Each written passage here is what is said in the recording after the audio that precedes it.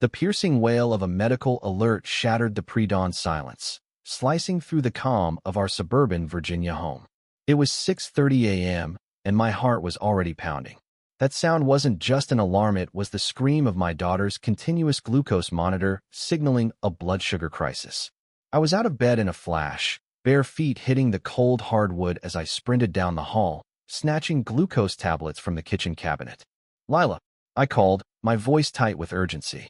At 17, my daughter had faced type 1 diabetes for nearly a decade, but this disease was a relentless predator, stalking her every moment. I burst into her room. Lila sat on her bed, trembling, her face pale as moonlight. Her fingers fumbled with her phone, the monitor app glowing with a terrifying number, 62. "Dad, it's dropping fast," she mumbled, her voice slurred, lips nearly colorless. I slid 3 tablets into her hand. "Swallow these, deep breaths, we've got this." She nodded weakly, her strength fading but her spirit unbroken. By 6:50, her levels stabilized enough for her to stand. "I'm waiting outside for Mia," she said, grabbing her testing kit and snacks. "I still feel off, so I'll keep checking." I kissed her forehead. "Text me if anything changes." Lila stepped onto our front porch, the morning sun casting a soft glow over our cul-de-sac. I didn't know it then, but that fleeting moment of peace was the last we'd have before chaos arrived. Its name was Evelyn Carter. The air was crisp, dew still clinging to the manicured lawns, when I heard her voice from the kitchen. "Get away from my property, you little addict." It was Evelyn, our HOA president, a 5 feet 7 inches force of judgment in a silk robe and designer slippers, storming across her yard like she owned the neighborhood. I froze, coffee mug halfway to my lips, and darted to the window. Evelyn's fingers stabbed the air, aimed at Lila, who sat quietly on our porch steps, focused on her glucose monitor. I slammed the front door open, hinges groaning. "Evelyn, back off," I snapped, stepping between her and Lila. "She's on our property, minding her business." Evelyn's eyes blazed. "She's lurking, always outside at odd hours, tapping that device like she's hiding something illegal. I've seen her with needles." My jaw clenched so hard my teeth ached. "Those are insulin pens," I growled. "She's a type 1 diabetic. That device keeps her alive." Evelyn sneered, arms crossed. "Please, that's a tired excuse. Diabetes at her age? She's not sick scheming." Lila looked up, confused, her voice shaking. "I'm just waiting for my ride." Evelyn cut her off. "Save it. I've called CPS before, and I'll do it again. This isn't a halfway house." Something snapped inside me. I stepped closer, voice low.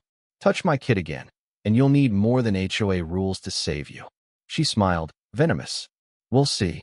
Lila clutched her monitor like a lifeline when Evelyn lunged.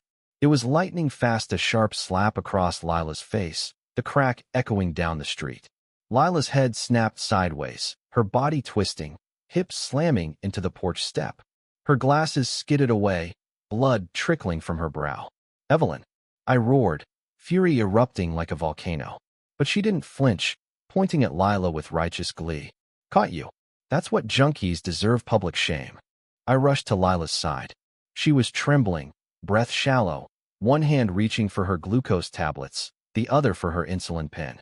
Evelyn stomped forward, raising her heel and smashing Lila's insulin pump. Plastic cracked, tubing snapped, pieces scattering.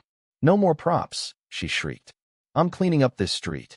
I froze for 3 seconds, then surged forward, grabbing Evelyn's wrist as she swung for Lila's testing kit. I twisted it back until she yelped, her slipper flying off. "You touch her again, I swear," I started, but Evelyn hissed. "What? You'll hit a woman." I stared her down. "No, I'll stop a threat." Lila moaned behind me, her face ghost white, monitor beeping urgently. Her blood sugar was crashing. "Dad, I can't see," she whispered. Evelyn rolled her eyes. "Theatrics. You people are pathetic." That was it. This wasn't about rules anymore. Evelyn had endangered my child's life, and I was done talking. I moved like a storm, deliberate, unstoppable. Evelyn was still spewing lies when I grabbed her hair, yanked her off balance, and slammed her against the brick wall by our garden. Her breath escaped in a shocked grunt, nails clawing my arm. "You assaulted my daughter, shattered her lifeline, called her a liar," I said, voice cold as steel. "Now you'll learn what protection means." I didn't punch her, I drove her face into the bricks.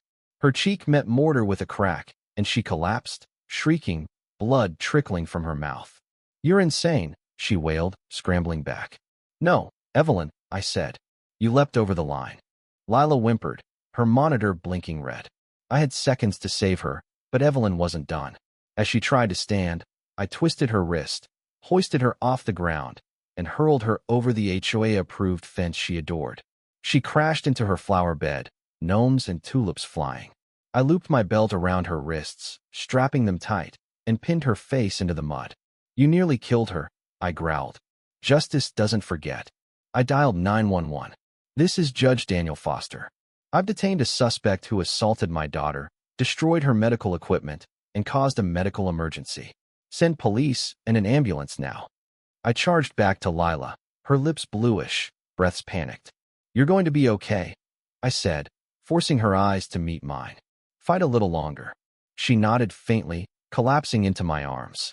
I carried her inside, injected her with the backup insulin pen, and whispered, "Come on, Lila."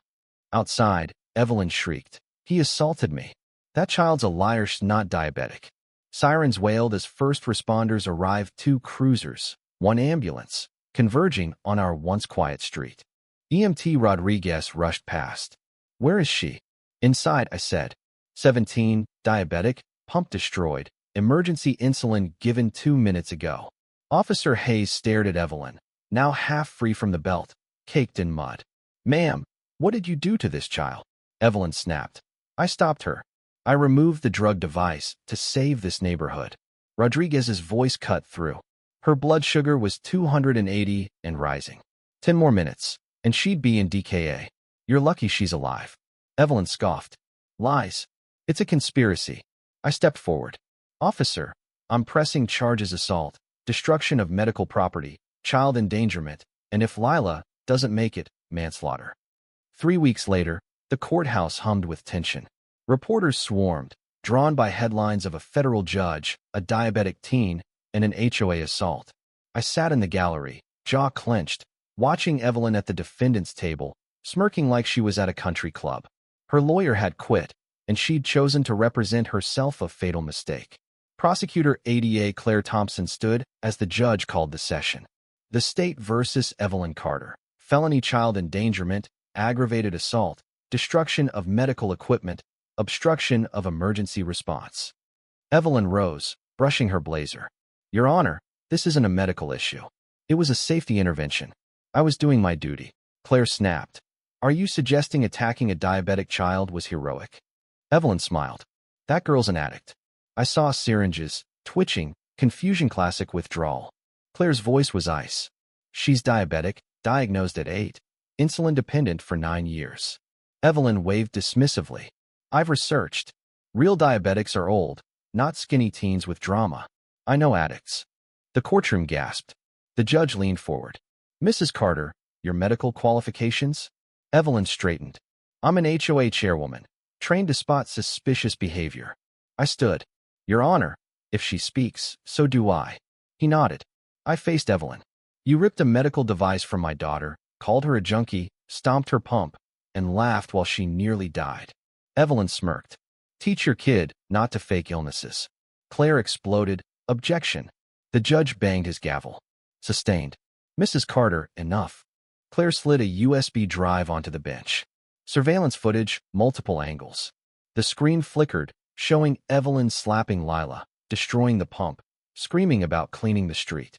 The gallery fell silent, Evelyn's smirk cracking. Then Lila entered, shoulders straight, new pump clipped to her side. Her voice was soft but sharp. "My name is Lila Foster. I've had diabetes since I was 8. I've had seizures, collapsed, been hospitalized countless times, but I manage it. Until someone tried to define me." She glanced at Evelyn. "You called me a fraud, slapped me, nearly killed me. But what hurt most was you didn't care. You saw me as a problem to crush." Evelyn scoffed. "Spare the drama." She rehearsed that. I stood, chair screeching. "You made her bleed, broke her body, tried to break her spirit, and now you sit there, filthy with arrogance." The judge banged his gavel. "Enough, Mr. Foster." But I wasn't done. Not until she's stripped of every position of power. People like her learn through consequences. Judge Larson adjusted his glasses, voice heavy. Mrs. Carter, you've had every chance to show remorse. Evelyn rolled her eyes. This is hysteria. That girl manipulated everyone. The judge exhaled. In light of the evidence footage, testimony, medical records, and your lack of remorse, this court finds you guilty on all counts. Evelyn blinked, unsure. You can't be serious. I'm the victim. The judge continued. 2 years in state custody, 5 years probation, full restitution for Lila's equipment and hospital costs, 500 hours of community service at a diabetes advocacy group, and a permanent ban from HOA leadership. Evelyn shot to her feet. That's insane. I built that neighborhood. The bailiff cuffed her, her shrieks echoing. This isn't over. She's faking. As they let her out, she turned to Lila. You ruined me. Lila stood tall, unshaken. Outside, a crowd gathered, reporters, parents, diabetic teens with signs. I'm not a liar. I'm a fighter. Headlines screamed. HOA president jailed for assault on teen. Judge's daughter nearly dies in insulin attack. 6 months later, our home was peaceful, the kind earned through fire. Lila stood before her mirror, smoothing her blazer, a glucose monitor pin gleaming. Her pump was visible now, a badge of strength. Nervous? I asked. She shook her head. Ready. That night, she'd speak at a medical awareness summit to 300 people, her first public address since the trial. At the venue, her name was announced, and her voice didn't waver. 6 months ago, someone called my insulin pump a lie. They thought cruelty could erase my illness. They were wrong. Diabetes isn't visible, but it's real.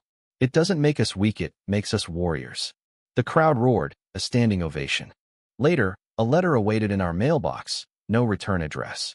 Lila opened it, revealing jagged handwriting. You didn't win. They forced me to serve. Your speeches don't fool me, you're a fraud. I see it. Enclosed was a note from the diabetes organization's director. Evelyn refuses to participate, mocks our staff, and accuses patients of faking. She sees only herself. Evelyn hadn't changed, but the world had. Our HOA banned medical-based harassment, schools updated diabetic protocols, and Lila worked with a national foundation, her voice now national. That evening, Lila looked at me. Do people like her ever stop? I shook my head. No, but they bury themselves in their own noise. The porch light glowed, steady, warm. Evelyn's cruelty hadn't broken Lila, it had forged her, turning pain into steel, ignorance into fire. This wasn't just an assault on Lila's body, it was an attack on her truth, her right to exist. Ignorance, unchecked, becomes violence, silence, permission. So speak up, stand firm. If someone tries to shame you for what you live with, remember, Lila, power belongs to the voice that refuses to be silenced. What do you think? Have you seen power misused like Evelyn did, wielding authority to harm? Share your stories in the comments, tell us where you stand on violence and injustice. Let's spark a conversation that echoes louder than any HOA gavel.